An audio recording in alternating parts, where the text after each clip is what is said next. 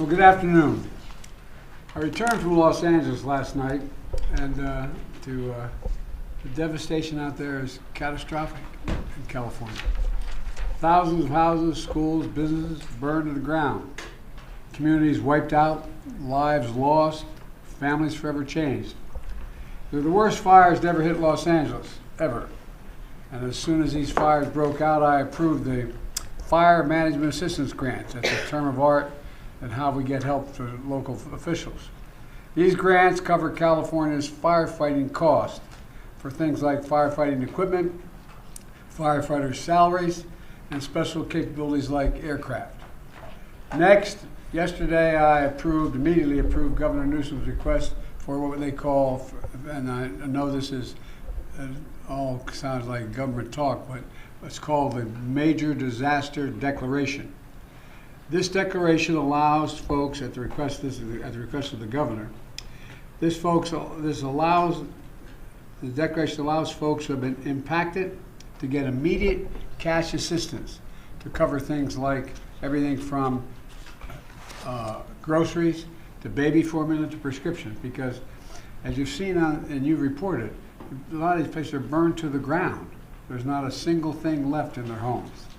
And so if they contact disasterassistance.gov, anybody has lost everything or anything of consequence, disasterassistance.gov or 1-800-2, I beg your pardon, 1-800-621-3362. That's what they, disasterassistance.gov, 1-800-621-3362 to get the kind of help they need for everything from the basics that they don't have access to right now.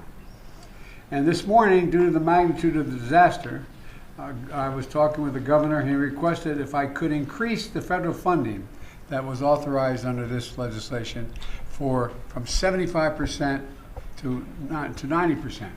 We're increasing it to 100% of all the costs to be covered by the federal government for both the fire management assistance grants and the elements of what they call the disaster declaration. So today I'm announcing that the federal government will cover 100% of the cost for 180 days. This is going to pay for things like debris and hazard material removal, temporary shelters, first responders' salaries, and all necessary measures to protect life and property. And folks, I want to underscore, I told the governor and local officials, spare no expense to do what they need to do and contain these fires and in their communities that have really been devastated. And we're doing literally everything we can at a federal level. That's also why I call this group of folks around this table of all relevant federal departments and agencies together to discuss what more we can do. And some of the folks around the screen as well. Before we begin things, here's an update on where things stand right now. First, we focused on helping contain these fires. Over the last 24 hours, the United States Forest Service, working with state and local responders, has suppressed over 50 fire starts. And the fire in the Hollywood Hills has been contained by brave firefighters risking their lives.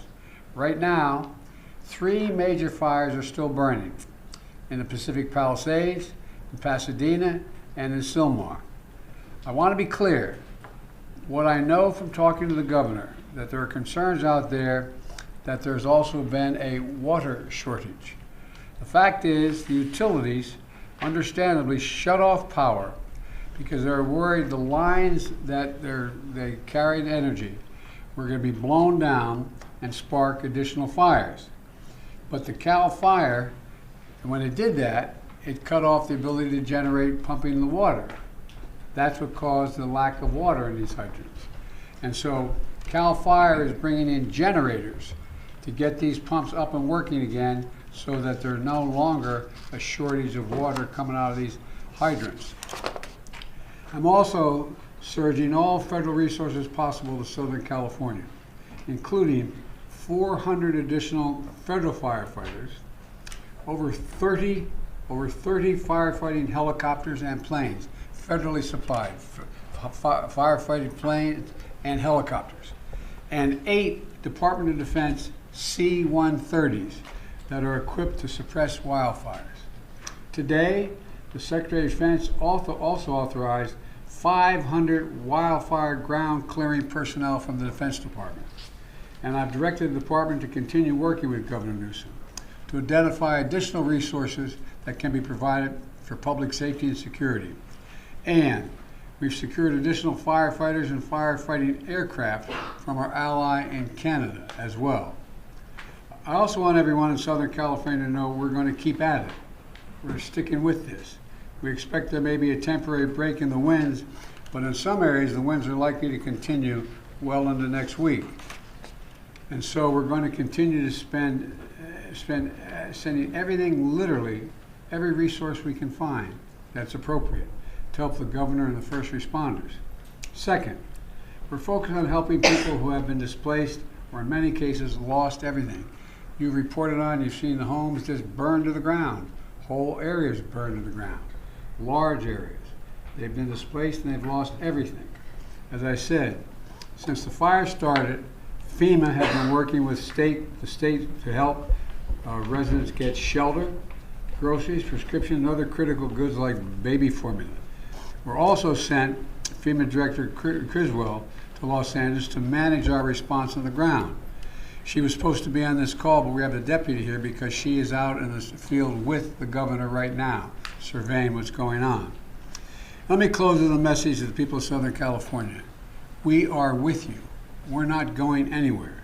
To the firefighters and first responders, you are heroes. Many of these firefighters are out there risking their lives, and some, well, I won't go beyond that, but risking their lives, and while their own homes are in danger, their families are in danger. To the firefighters and first responders, you really are, it's not hyperbole, you're heroes. You're genuinely heroes. And the worst, this is the most widespread, devastating fire in California's history. It's amazing. And there's nobody understands it better than the press have been covering this on a minute-to-minute basis. And you literally have to run into the flames, these firefighters. You know that old expression, God made man, then he made a few firefighters. Who runs in the flames? You know, in doing so, you're leaving your own families and who may be in harm's way as well. So we owe you. And we're going to make sure that you get every resource you need, every possible resource you need. You know, to the families who have been impacted by this disaster, you're living through a nightmare, I know. And I promise you, we're going to help you get through this and eventually recover and rebuild. I want to turn it over now to the Vice President before we go on to the folks in the various cabinet positions as well as agencies that control these issues. Madam Vice President, I know you're directly affected, so you fire away. No pun intended. Indeed. Thank you, Mr. President, and also for the work that everyone around this table has been doing with the appropriate sense of urgency, because this is an urgent matter. What we have seen in California, and in particular in Southern California, is apocalyptic in terms of the nature of it and the unprecedented nature of it as well. And what we are seeing is a situation that is extremely dynamic.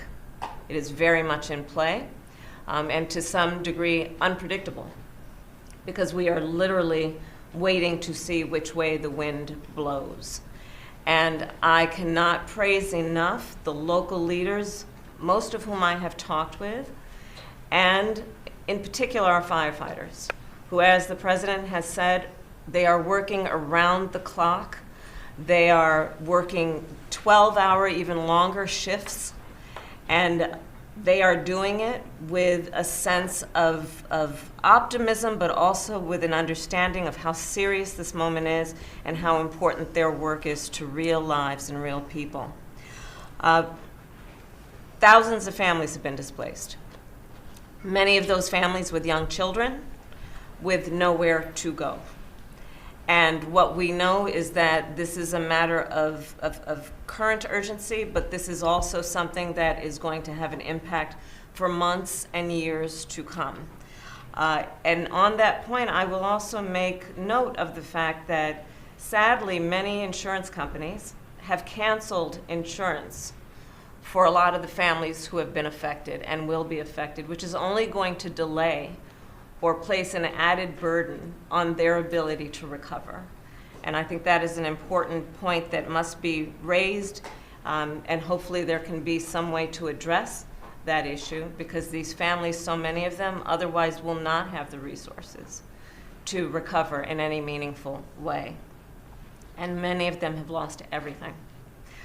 In the midst, however, of all of the trauma that has occurred, we have seen extraordinary acts of heroism. I'm hearing countless stories of strangers helping strangers. People who are opening their homes where they are intact and have not had to evacuate, opening their homes to neighbors, to friends of neighbors, feeding them and providing shelter for them. And I do think that it speaks to the best of who we are as a country, which is in times of crisis, we find the heroes among us who we may not have known before, but act out of a sense of courage, but also a sense of community. And I applaud all those who are approaching this crisis with that spirit. And the bottom line is this: there are incredible heroes every day who are working right now in California on the front lines of this fire. And in particular, I want to thank the firefighters for all they are doing. They are, as the president said, putting themselves in harm's way, and they are doing the work that is about helping people who are perfect strangers to them, and doing it in some of the highest moments of need that anyone could face. And with that, I'm going to turn it over to Liz Sherwood-Randall. Turn it back to me. Okay, back to the president. Look, I've had a chance to speak with a lot of the elected officials, including the senators, some of the congresspersons in the region, as well as the vice president as well. And I want to be clear that one of the reasons I've asked this larger group to get together is because they control the very agencies that are needed from a federal level to get things done. And you know, we're in a situation where the U.S. Forest Service Chief, Randy Moore, is here. And he's going to provide an update in the fire situation in Los Angeles and discuss how the U.S. Fire Service, the U.S. Forest Service, is assisting Los Angeles and the state of California with fighting the wildfire, including the action his team has taken to suppress new fire starts. So, Chief, why don't you fire away? Thank you, Mr. President, Madam Vice President. It's great to see you. I, too, consider California my home. Yes. And so it's great to be here to talk about this dramatic situation that we have. So the Forest Service and the Department of Interior are actively engaged in supporting the response to the wildfires in Southern California. And there are 4 major fires that we currently have going on. The Forest Service is in unified command with the LA County as well as other local city agencies. We are looking at the Eaton, the Hearst, and the Lydia. And if you look at that area there, that's the northernmost part of that area where the fires are taking place. The Palisades Fire, which CAL FIRE is in control of. And then we have a new start, which is this Sundown Fire that just started last night. And it also has the potential to expand quite significantly just based on the location it's at, but also the winds that are expected to continue. Right now, when I look at the mutual aid system in California, I want you to know that it's second to none in terms of how that system works and how it really moves to activate federal firefighting community and how it is activated and engaged. You know, every year we prepare for these Santa Ana winds. It's just that what is happening now is happening sooner. It's happening at a time now where we normally are at our lowest point in the fire year. And the fact that these fires are taking place now, it says that there are things that are going on in our climate that is creating truly year-round fire situations, and it's something that we all need to be mindful of, and this is a good indication of that. To give you an example, that if a fire starts from any ignition source during these Santa Ana winds, it has the potential for explosive growth and spread. And when that happens under these wind-driven conditions, it's very difficult to control. Now, in addition to this, when these winds are high, the aviation resources cannot fly. So it limits a lot of the potential area of support. As of this morning, there were over 4,000 firefighters that were assigned to these large fires. 600 or so were currently federal work, which means Forest Service and Department of Interior. And that doesn't include many who are assigned to their home units to provide initial attack. To give you an idea of the unsung heroes in these fire-type conditions, in the last 24 hours, we've had 50 starts, and the initial attack success has been wonderful. So we've stopped a potential for 50 additional fires to be added to these 4 significant fires that we currently have. And that's what I mean by having initial attack crews stay put or pre-positioned across the state based on intelligence that we're gathering. And so I wanted to mention that because we talk about the active fire suppression, but there's so much that takes place behind the scenes that limits the amount of fires that our firefighters are having to respond to. The President did an excellent job of mentioning all of the resources that's available and that are assigned to the fire. I won't go over those, but we have a number of equipment that's out there that when the winds allow us, we'll be in the air fighting those fires. We also have a number of private contract crews that we're working with. We're working wonderfully with the state, county, and other federal firefighters, also the tribal firefighters as well in the communities. And we're looking at these MAFs, which we call the Modular Area Firefighting System Air Tankers. There's 8 of them. And there were, like I said, this time of the year, we're not ready for that. But within the next 24 to 48 hours, we'll have all 8 that's available for assistance.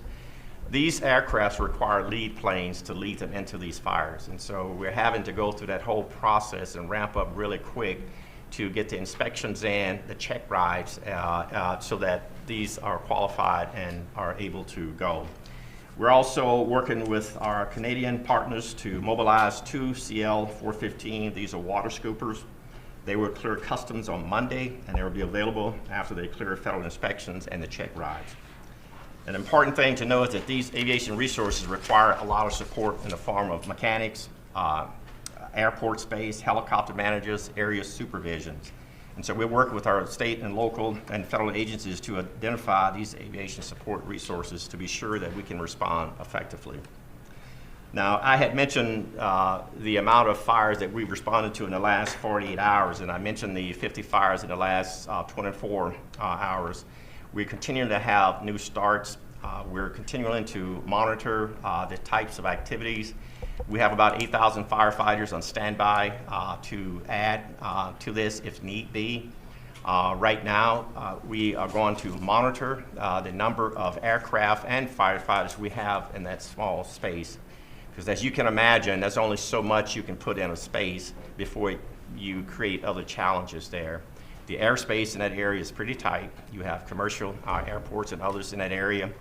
You also, unfortunately, have drones in the air, which is a concern to our pilots and to the safety of the aircraft, and so we have to be mindful of that. I only bring it up to let you know that this is not a very easy environment to operate within. Our firefighters, both federal, state, and local, and tribal, are doing just an outstanding job in what I consider to be some significant challenges in a significant environment. I think, as I look at some of the questions that you may tend to ask, it's typical that the causes of fires isn't known immediately because resources are really focused on response. However, all the fire causes are investigated, and I want to be upfront with that. Each one of these fires will be investigated to see what the cause and origins of them are. And what we know now is that it would be unusual for there to be lightning-caused fires in Southern California at this time of the year. Fire investigations are the responsibility of the jurisdiction on where the fire starts, and we're ready to assist with this if and when needed.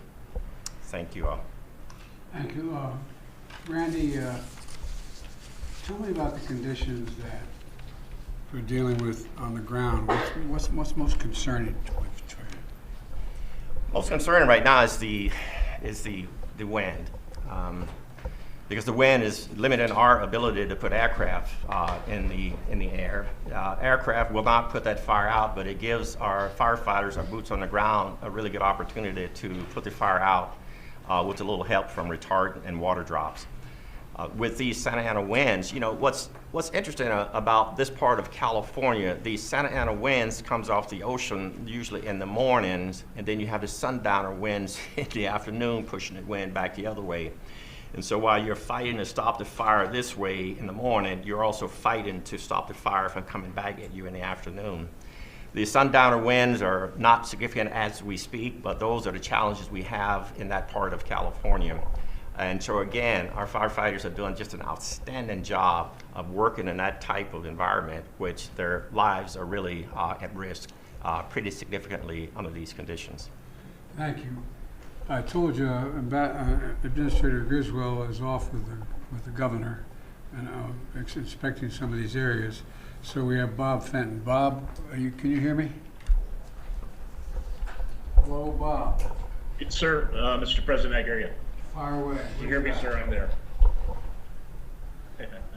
So the administrator is with right now the governor, the mayor of LA, county, local officials, getting a briefing on the fire to really understand what the needs are as we move forward, not only with regard to the firefight, which Chief Moore was talking about, but also to regard to support the population displaced. Over 360,000 under mandatory evacuations, hundreds of thousands more with warnings. And so what we're doing now is ensuring that that we're able to provide any support to provide mass care to individuals, any assistance for the sheltering, any assistance for feeding, and then through the programs that we provide through our individual assistance that you authorize through the declaration, we're able to assist individuals with funding to offset their hotel costs. So applying to FEMA on the 1-800-621-3362 number is important, or disasterassistance.gov. We're sending teams out to the shelters. We know that there will be a huge need after fires for mental health specialists, and working with HHS on providing that. As the Vice President talked about, insurance is problematic in California, especially with the fires. And so not only do some of the changes in our authorities help now with those that are underinsured, which you see more and more, but we want those that are insured to start seeking assistance to their insurance companies. Our programs can help individuals, especially displaced and who have lost their homes, with rental assistance until they can rebuild, and ultimately provide temporary housing. So we're in discussions with state and local governments on how we will meet those housing needs, both in the interim by using available stockage here, but how can we help rebuild? And then lastly, I would just say that we're really focused on already starting to discuss debris removal and all the hazardous waste that comes from fire and how to remove that safely between local, state, and federal government. We'll rely on federal partners, US EPA, the Corps of Engineers, and others to be part of that, that technical assistance help to support the safe removal so that ultimately we could rebuild. And one of the things that we will start doing in the next couple of days is starting that discussion on how do we rebuild, and not only rebuild, but rebuild more resilient and bring together state, local, and federal agencies to start that discussion in the weeks to months ahead. And so right now we're focused on meeting the immediate needs of those displaced, but already starting to work on recovery and rebuild and bringing all our authorities and the full weight of the federal government and all the resources that you've authorized to help California in that endeavor. Bob, what do you think is the biggest challenge? Also, I got... Oh, sorry, go ahead. Go ahead. I think the biggest challenge is going to be the mental health stress that is put on individuals that have lost everything. Fires are, so drastic. They destroy everything very quickly. Individuals don't have a lot of notice to leave, and so I think there's going to be a significant mental health strain, followed by a need to help individuals recover and rebuild. And the Vice President is exactly right. Why I suspect that many have insurance, many are underinsured. And insurance is difficult to get, and some might have lost their insurance or been canceled by insurance companies.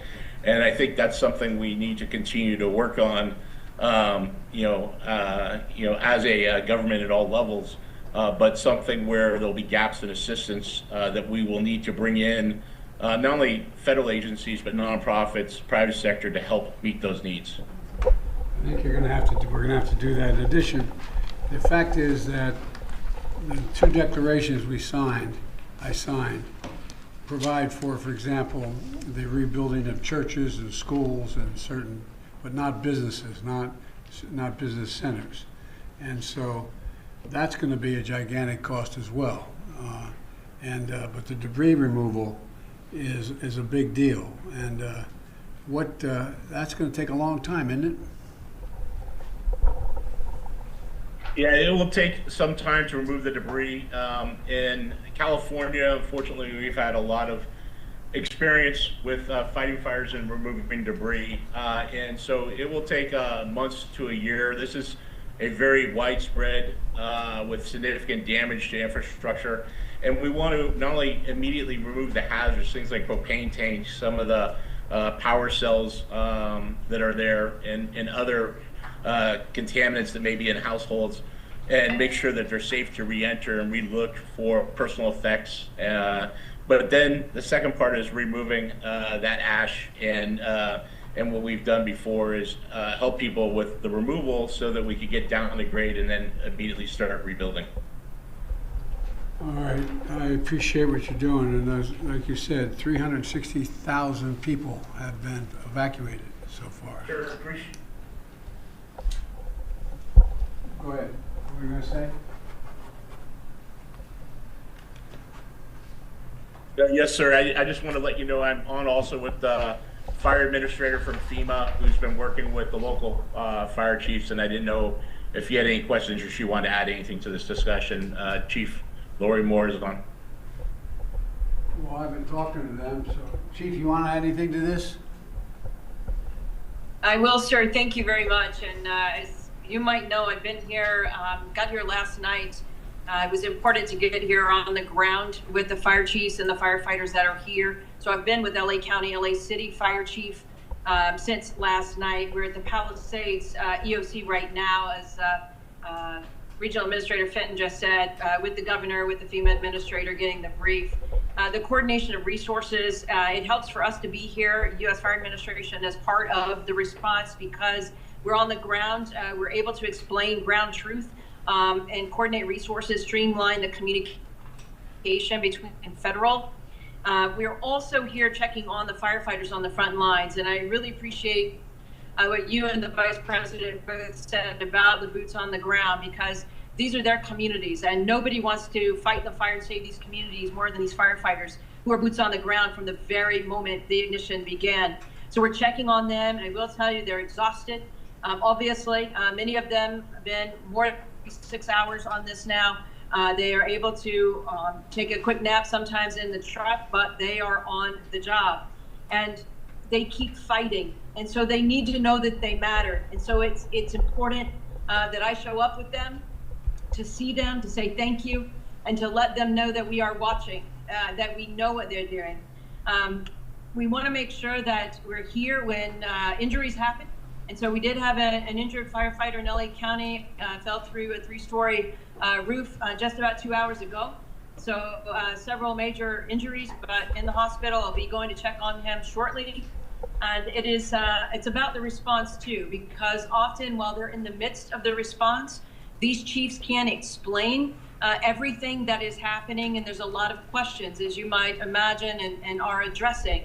And so it's important that we're here to help explain why the fire's moving the way it is, the fire dynamics, helping people understand. And when there's questions, as you know, about the response or about the water, to help people understand that it's not over if there's not water in the hydrant. We have tenders, we have tankers, they're doing rescue. So there's a lot of work to be done, and controlling these perimeters. There's so much work that these firefighters are doing beyond the direct suppression on these fires. And so that's why we're here, and to continue to learn, because every one of these tragedies, unfortunately, is a lesson to how to prevent the next. And so it's important that we do that as well. And so we're going to remain on the ground here, sir, on your behalf for a couple other days to make sure that we are part of this conversation. Well, you are a part of the conversation. That's why I went out California yesterday and met with those firefighters and met with those police officers, because there's also worry about looting and a number of other things. So they are really incredible people. They're making such sacrifice. But I think you're right. We have to provide them all that is humanly possible for them to be able to do their job. And there's going to be a need. I want to say it again, and we all know it around this table. There's a need for some help in terms of the psyche of these folks. There's going to be real problems regarding to the mental health issues, and we got to make sure we're prepared to deal with it. All right, now Deputy Secretary of Defense Kate Higgs. Secretary, why don't you tell us what you and I and others have been talking about the Defense Department doing and what they're prepared to do now. Thank you, Mr. President. Oh, Madam I'm looking Vice at President. Right here. the screen, No I know. worries. Yeah, I surprised you. Yeah. We are very much leaning in here at the Defense Department. We, of course, are always looking for how we can support state and local partners, and of course our interagency partners in the federal sector that you've already heard from. And that includes every tool that we believe we can leverage that causes us to always lean forward to make sure our partners understand what we could bring and be responsive to requests that they're coming forward with. And we have been in receipt of some requests. I will turn, with your permission in a moment, to Chairman Brown, and then we also have on the screen with us the NORTHCOM Commander, General Guillot, who is our focal point for responses here in the United States homeland.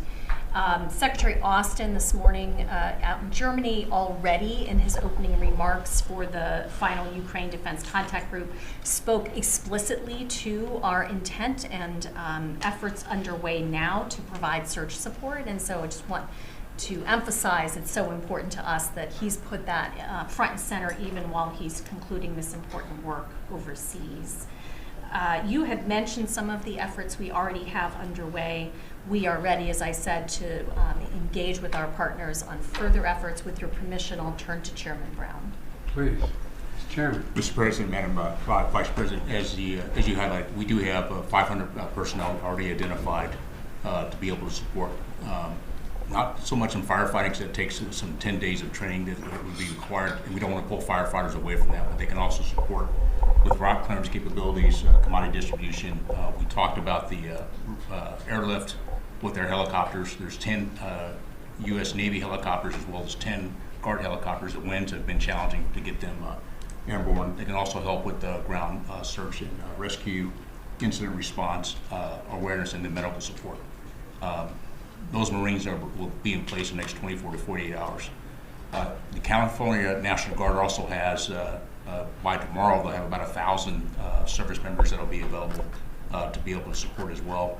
About 250 of those actually have some firefighting capability, and they can be trained in the next 24 to 48 hours to also support firefighting. As was mentioned, the C-130s with the modular aerial firefighting system, 2 of those are already channel Explain what that means to the average listener. Yeah, so what it is, it's a C-130 that's modified. It has a system that's put into a modular system that's put into the back of the C-130, and so it's able to push out either water or the slurry retardant associated with it. And as was highlighted, they're usually prepared to do this during the firefighting season.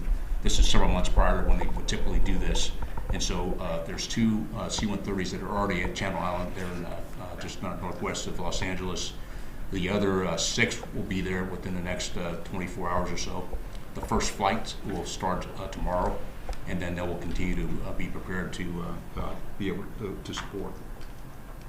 We're also looking at surrounding bases that may have ability to bed down any displaced personnel or families. We've got about 1,000 beds that have been identified at either Edwards, March, or Fort Irwin there in California. In addition, we're using March Reserve Base as a incident response area and getting that set up. Mr. President, last thing I would say is what I've, and before I turn to General Guillot, what we really try to do is identify things that we know we can lean forward on before there's even an ask. We want to make sure we cut down the timeline to get provided capability. We also want to make sure, I know that General Guillot is communicating that with Ms. Griswold from FEMA, so that we want to make sure we, as I say, provide an a la carte menu of all the things we have available. So even if they don't have time to think about it, we're already looking ahead. Last thing I would say is when I met this afternoon with my staff, the thing we also talked about is the immediate response, but there's also, as was highlighted, the longer term response of things that we'd have to be able to look at in recovery. And so we're already thinking ahead of what options DOD will be able to provide to support. Bidding your questions, and then I can turn You it guys to have been immediately responsive. Thank you. I mean, you're right on top of things. But let's turn to General. Good afternoon, Mr. President, and thank you, Chairman.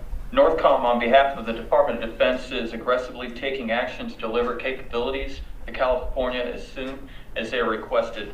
So in addition to the aircraft and ground forces and the installation support that President Biden and Chairman Brown mentioned, we've identified other capabilities such as helicopter support, search and rescue, both from the ground or from the air, commodity distribution, route clearance, and medical capabilities that we've postured and have leaned forward to make sure that they're able to deploy to California and operate just as quickly as they are requested.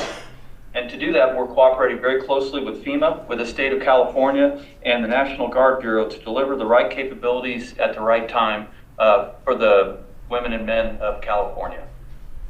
Well, the Defense Department, I got to say, has stepped up immediately. I didn't even, matter of fact, I got a call what you need before I even asked. So thank you all. And you have incredible capacity and capabilities. It's just getting them in place as quickly as possible is the most important thing. You're doing that right now. So I think you're going to see an awful lot of help coming based on what you want to do, what you can do, and the entire department is surging capacities, in my understanding, including the aerial equipment to fight these fires. So thank you very much. Now I'd like to speak to our Department of Energy Secretary Jennifer Granholm. She will brief us on power outages and initial assessments of impacts on the power grid in Los Angeles area. And Madam Secretary, it's all yours, wherever you are. We're looking to see if she's still on the screen. She's had to board a plane, so if she has had to board, the Deputy Secretary, Dave Turk, is sitting at the end of the table. It looks like she is on her It looks like plane, she so has got her It's all you. Yes. Fire away. I'll give the update, Mr. Waiting at the President. gate. Yeah. And she's on the way, Mr. President, to Puerto Rico, again, on official visit, given the island-wide blackout there, and doing everything we can to help on that front per your guidance and the Vice President's direction as well. And of course, again, per your guidance, we're doing everything we can to help, working with partners, including our utility partners, but also other federal partners as well. As of just coming into this meeting, there's about a little over 400,000 customer outages in California. Important to note that these are both actual outages, power that's actually been disrupted because of the fire, but also proactive shut-offs, just as you mentioned as well, to prevent fire ignition and the spread of fire. We've got two main utilities out there, Southern Cal Edison and the Los Angeles Department of Water and Power, and we're in close and continuing contact, including with their CEOs, Pedro and Janice as well, including calls with them just a few hours ago, just to make sure we're doing everything we can to help. We're coordinating with those utilities and with utilities literally across the country to make sure that we've got all the capabilities that we have in the federal government, but our utility partners to provide that. I want to thank you, Mr. President. You joined a call just a couple months ago with Liz and our secretary to thank all of these utility CEOs. We've got this phenomenal partnership with utilities all across the country. It's called mutual assistance. And if any utility in any one region needs help, all the other utilities, and we last unleashed this phenomenal partnership to bring 40,000 utility workers to Florida, North Carolina, South Carolina, the affected regions with the two hurricanes back to back, and everybody. Continue to talk to me. I've been deployed so many places. Well, having been with the utilities out, we were all in Colorado for this meeting. They just appreciated you taking the time to thank them for their personal leadership, and it's the utility CEOs themselves who make the time for these calls going forward. We're working closely with all the utilities. We're also in continuing contact with the transmission operators. The disruption has really been at the distribution level, at the local level, but we want to make sure there's not broader outages and broader concerns. As of now, we're not seeing any issues with stability of the broader transmission system, either in the region or across California or more broadly. So that's a good news part of where we're at now, of course. We're working with the utilities trying to restore power to customers as quickly as we're able, but full restoration, of course, is going to take some time here. In particular, the comprehensive damage assessment will take time and can't begin until it's safe for crews to get in there and actually do the assessments and do the work. So we're working, Madam Vice President, as you said at the outset, with a real sense of urgency here, but also with a sense of we'll do whatever we can over the long haul to do right by our responsibilities.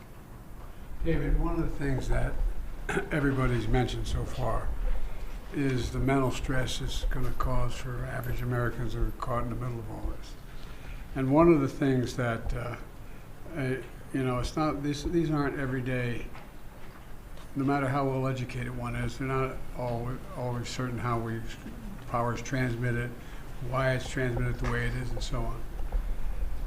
Could you explain to the folks here, the public is listening, what the impact on some of the utilities have had on the ability to generate the pumping of water?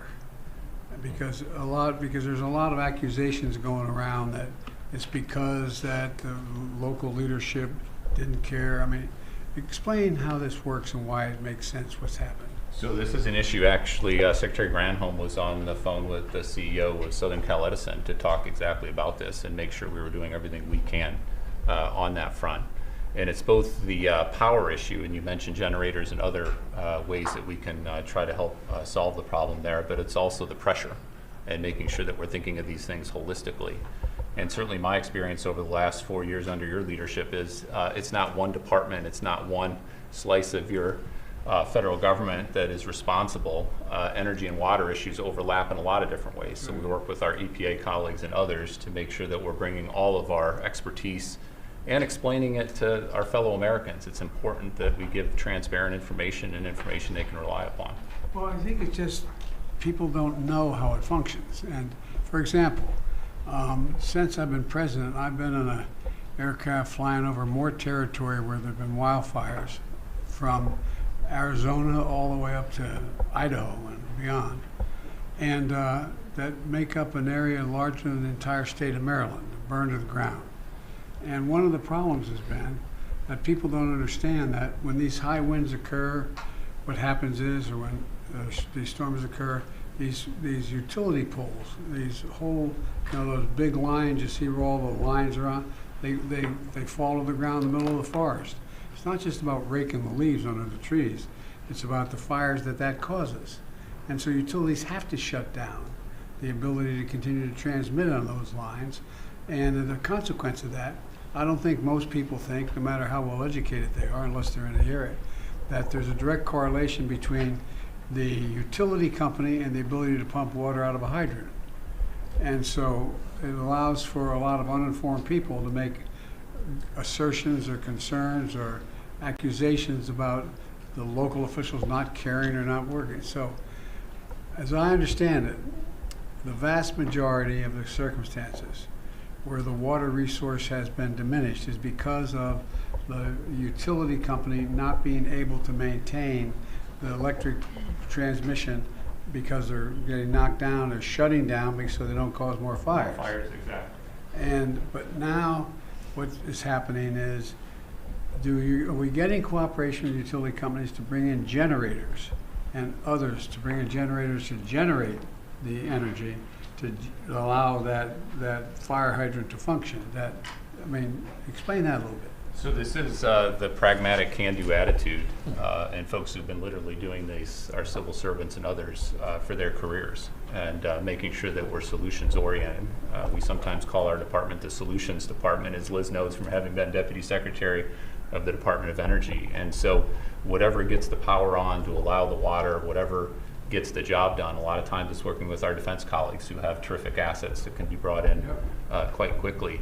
The other point I'd like to make, Mr. President, to thank you and the Vice President's leadership and our folks in Congress, your bipartisan infrastructure legislation actually provided $10 billion. It's a GRIP program for grid resiliency to improve the resilience of our grids so that when the grids do go down, they come back on quicker. That's $10 billion that we've already gotten out the door and is being invested in communities all across the country. We need more of that. We need continued and focus on infrastructure, but infrastructure matters. It matters a great deal because, for example, one of the things that I knew, but I didn't know that I didn't put a number on it. It'd be a lot easier if these electric lines are running underground in contained vessels. So in the middle of forest, so there's nothing that, I mean, but it costs what, 6 times more? It can cost 6 times more, and we're doing a lot more undergrounding thanks to your leadership on the infrastructure funding. It's not cost effective everywhere, and Some places it's necessary. some places it's absolutely necessary, and we need to have the funding and support to do that as quickly as we can. Well, I think we're moving in the right direction. I know it, look, this is really, really, really difficult for families to have to deal with it. I mean, you know, I have a family member who lives out there, and the area where he lives, I'm not getting into detail where he lives. I think there are something like 240 or 260 homes that burned to the ground, all but 14 or 15 of them. And everybody has to evacuate. And people are going, when do I get back? Will I ever find that picture album? Will I ever find the jewelry that my grandmom gave me? Will I ever, I mean, there's so much anxiety that's generated. And I think that we've been through this once before in Hawaii where the fires occurred and we're trying to build back up the community so they could open up and things be running. But it's really, really, really hard. So I'm going to make an appeal right now to the United States Congress. They're going to have to step up when we ask for more help to get these people the kind of shelter they need, to get the kind of help they need, because it really does matter. And you guys do, I'm not being solicitous, you all do a hell of a job. Mm-hmm. And we've learned, unfortunately, so much. And there is, in case you haven't noticed, there is global warming. It does change weather patterns. And as you explained, Randy, wind's going in and wind's coming out. You get the one going in, but you don't want the one coming back out. And so my point is that I think the more we can explain to the American people in plain, straightforward, honest English or whatever language of us understand what exactly is happening, the more likely we're likely to get the kind of support and not make a political deal out of this. I'm leaving this office very shortly, but it's not about the politics. It's about giving people some sense of security that we're going to be able to get this under control, but it's going to take time. And it's going to take time. And like I said, in the next little bit, we're going to be going back to Congress asking for some more help on some of this stuff. And I hope they're ready to step up because we can afford it. And like I said, we have a little infrastructure bill that's over $1 trillion. It's going to be able to help a little bit. We have done a lot in terms of what we're going to do in terms of providing for this rebuilding of communities. And so I think the most important thing we have to do, those of us sitting around this table and on the screen, is explain in simple, straightforward language what the capacity we have is, how we're using that capacity, and what capacity we don't have that we need. And in order to keep things from just all these, in crisis, rumors and fear spread very quickly.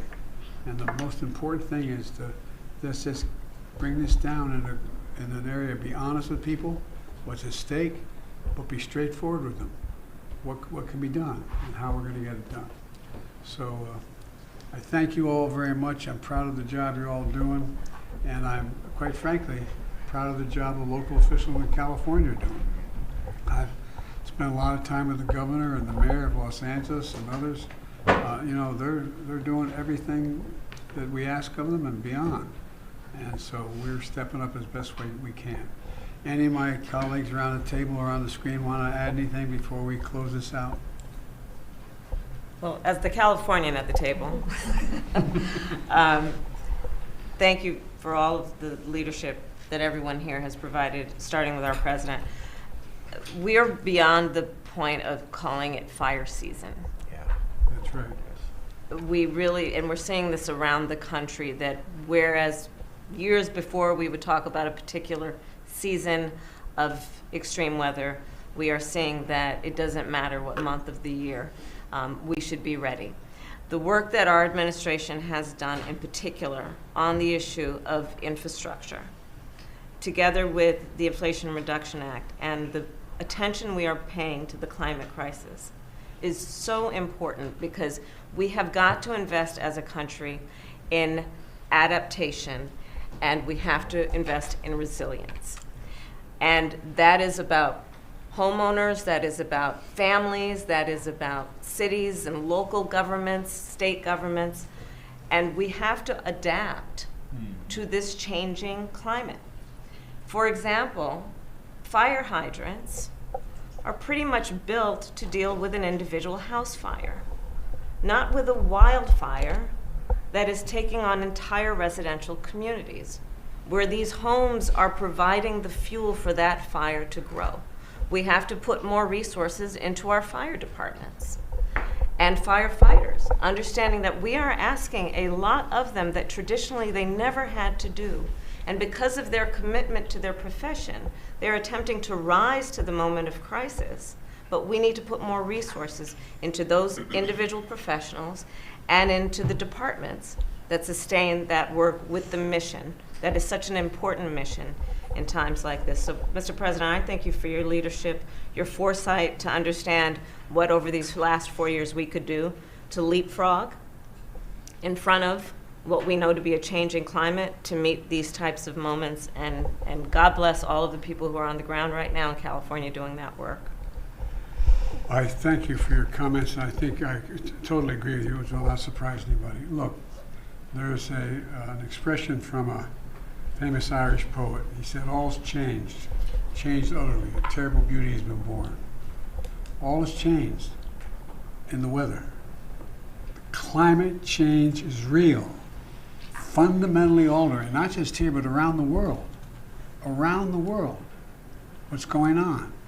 And we've got to adjust to it. We've got to adjust to it. And we can. It's within our power to do it, but we've got to acknowledge it to begin with. Just acknowledge that there's a change taking place, that we're not going to be able to legislate away. It's real. There is global warming. It's real. It's having a profound impact, and where it goes from here, I don't know, but I know one thing. We have the capacity to respond to it if we, in fact, exercise our good judgment. So thank you all very much. I appreciate it. Mr. President, do you trust that California will get the aid they need in the next administration? I'm not in a position to answer that question. I pray God they will. Do you have enough time? Mr. President, do you have a sense of how much this is going to cost in the end? No, the truth of the matter is no one can tell you that. For example, just clearing the debris. You saw what happened when we were dealing with the hurricanes that occurred from North Carolina to Florida. The cost of the debris cleanup is gigantic, gigantic. The cost of replacing the housing is almost exponential. I mean, we don't know what it is, but we know one thing we have to do. We have to stay with it. We have the capacity to do it, but we don't know that. Anybody gives you a number now, they have no idea what the hell they're talking about. It's a big, big, big number. Mr. President, Whoa, wait a minute. Mr. President, can you update us, please, on the Hamas hostages and what you think of the incoming administration's efforts and ultimatum? I can, but I'm not sure it's appropriate for now. We're making some real progress. I met with negotiators today. I think there's what's going on right now in Lebanon is we finally have a president. He's a first-rate guy. I spent time on the phone with him today, about 20 minutes to a half an hour, what they have planned. They're also working very hard with the Lebanese military, accountable to the Lebanese people, not Hamas, not Hezbollah, not any other group. And so I think we're seeing some progress. And you know, I know hope springs eternal, but I'm still hopeful that we'll be able to have a prisoner exchange. Hamas is the one getting in the way of that exchange right now, but I think we may be able to get that done. We need to get it done. Thank you all very much. What else can you do to help Ukraine before you leave your life? Everything they need.